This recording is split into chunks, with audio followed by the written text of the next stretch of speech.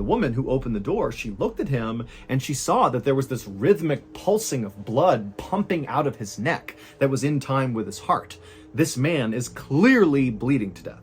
And so the woman, she screamed for the other woman to please call 911. We have someone who's dying here. And so she began calling 911. And then the man on the porch just said, please help me. And then he said something about Dismal Creek, and then he collapsed. And this was so shocking for the woman who had opened the door that she just stood there staring, having no idea what to do. But then she happened to look up and she noticed there was a Jeep that was idling out on the road in front of her house that she hadn't even registered until now. And so either this guy got dropped off or he drove that Jeep. But before she could even begin to understand what had just happened, an ambulance and a whole bunch of police cars came screaming up and parked in front of her house. And then the medics got out, they rushed up, and they grabbed the bleeding man, and they put him in the ambulance, and they rushed him off.